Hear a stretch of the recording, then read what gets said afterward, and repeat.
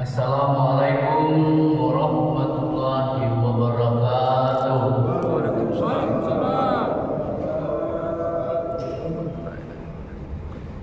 Alhamdulillah.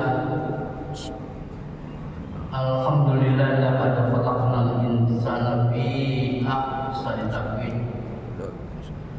Asyhadu an la ilaha illallah wahdahu la syarika lah wa asyhadu anna Muhammadan abduhu wa rasuluhu la nabiyya ba'd. Allahumma shalli wa sallim ala sayyidina Muhammad wa ala ali Muhammad kama shallaita ala Ibrahim wa ala ali Ibrahim fil alamin innaka Hamidum Majid. Jamaah salat subuh masjid Bukit Barga. Pada subuh hari ini kita lanjutkan pembicaraan kita beberapa pekan yang lalu yang bermula dari judul intikal atau pergantian atau pengalihan shifting. Sekarang tiba pada part ke-14, bagian ke-14 setelah pekan lalu bagian 13 mengenai sustainability, kesinambungan. Kesinambungan sebagai sesuatu yang sambung menyambung dalam satu proses yang panjang. Karena segala sesuatu tidak selesai dengan hanya satu kali proses. Itu panjang. Sholat kita itu tidak selesai hanya dengan satu kali salat, tetapi sholat kita itu berkesinambungan dan selesai. Sustainability, terus menerus, berkelanjutan. Istilah sustainability ini berasal dari istilah pembangunan, sustainable development, sustainable, pembangunan yang berkelanjutan. Tetapi sebagaimana biasanya saya itu menggunakan analisis deskriptif, menganalisis pendapat-pendapat ulama, hadis-hadis Rasulullah, membaca Al-Quran, lalu saya deskripsikan dengan hal-hal yang kontemporer yang dilihat secara kasat mata, terutama pada mahasiswa dan murid-murid saya. Dia mudah mengenali abang kita dengan cara-cara yang demikian. Dalam konteks sustainability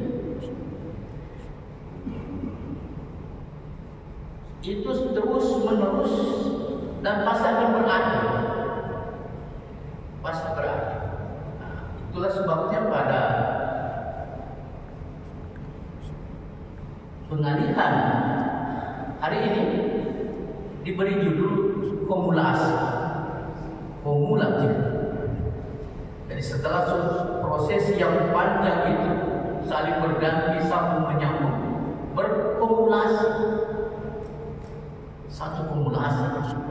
Setiap orang itu adalah satu totalitas. Setiap diri manusia sejak dia lahir hingga kemudian inna lillahi wa inna ilaihi raji'un itu satu totalitas. Tidak ada yang tertinggal. Semua utuh. Dan itu pasti. Jadi kita ini adalah dari satu kesinambungan yang panjang berakhir secara totalitas, tidak ada yang tersisa. Amal-amal ibadah kita, dosa-dosa kita terbawa satu totalitas yang disebut dengan di dalam Al-Quran itu 3 kali Allah memulai untuk membuktikan bahwa kita ini bukan baterai alkalin. Ada itu baterai alkalin tidak ada matinya. Nah, kita bukan baterai, ada matinya. 3 kali Allah mengingatkan mengenai adanya mati setelah kehidupan. Kullu nafsin za'iqatul maut.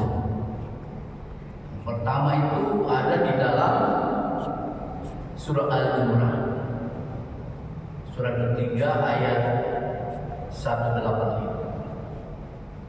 Setiap yang bernyawa akan merasakan mati. Hanya pada hari kiamat sajalah diberikan dengan sempurna balasan. Jadi kita akan mendapatkan balasan atas perbuatan-perbuatan kita di padang mahsyar, di hari pembalasan, di hari kiamat. Baik dan buruk ada balasnya. Sudah kita mengenal surga dan neraka. Itu salah satu aspek dari keimanan kita dari 4 rukun iman, hari kemudian. Lalu kemudian pada surah Al-Ankabut, surah yang ke-29 ayat 57, kembali Allah mengingatkan, setiap yang bernyawa pasti akan merasakan kematian. Hanya kepada kami kamu dikembalikan. Tidak ada tempat kembali yang lain. Summa ila rabbakum marji'ukum wa yunabbi'ukum bima kuntum fihi takhtalifun.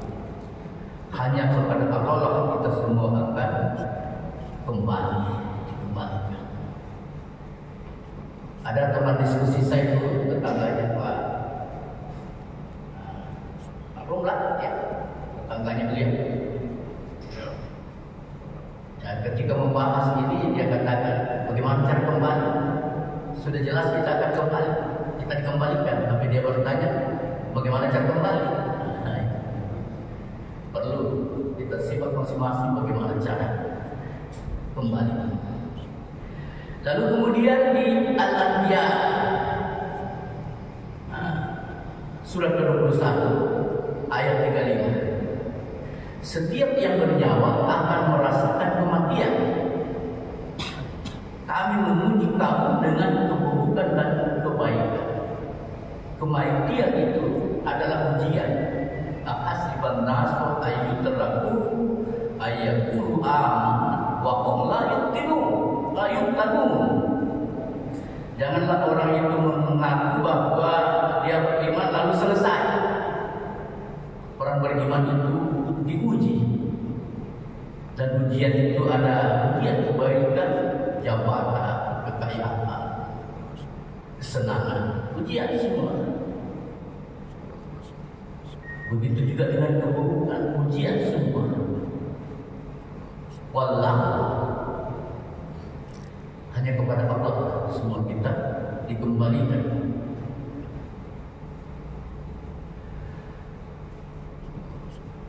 Dalam konteks ini saya ingin menyampaikan bahwa dalam kesinambungan itu yang akan berakhir, kita jangan terjebak menjadi lupa. Ada surah di dalam Al-Quran, Walas.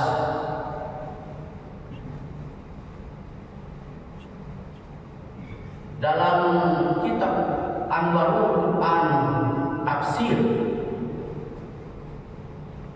terjemahan Inggris, Arab, dan Latin, Dr. Basharat Ahmad, kita kenal, menafsirkan ayat ini. 103 terdiri dari 3 ayat. Wal asr, itu sumpah Allah, demi masa, demi waktu. Itu ayat pertama. Innal insana lafi khusr. Pada ayat kedua,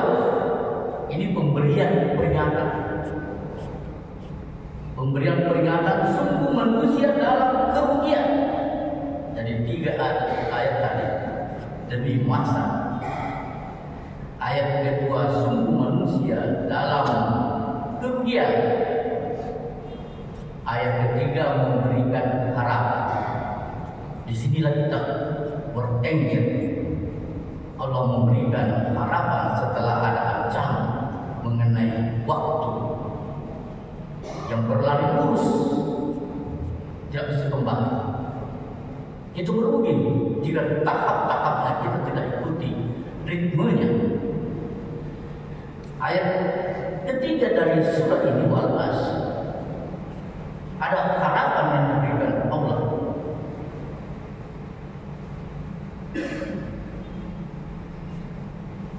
Illal ladzina amanu wa 'amilus shalihat wa tawassaw bil haqq wa tawassaw bis sabr. Yaitu kecuali orang-orang yang beriman. Jadi satu, kalau kita beriman, kita sudah sepakat tadi, orang beriman itu diuji. Orang-orang beriman ini mengerjakan kebajikan. Jadi dia mengerjakan kebajikan tuntunan sebagaimana keimanannya. Kita adalah umat terbaik, mencegah berbuat munkar, menyeru berbuat baik, dan beriman kepada Allah. Kita menjadi umat terbaik, mengerjakan kebajikan, mengerjakan kebaikan, serta saling menasihati. Kita sudah bahas saling menasihati seperti apa. Berfastabiqul khairat, berlomba-lomba menuju kebaikan, berlomba-lomba menuju kebenaran, dan bukan sebaliknya. Bukan sebaliknya.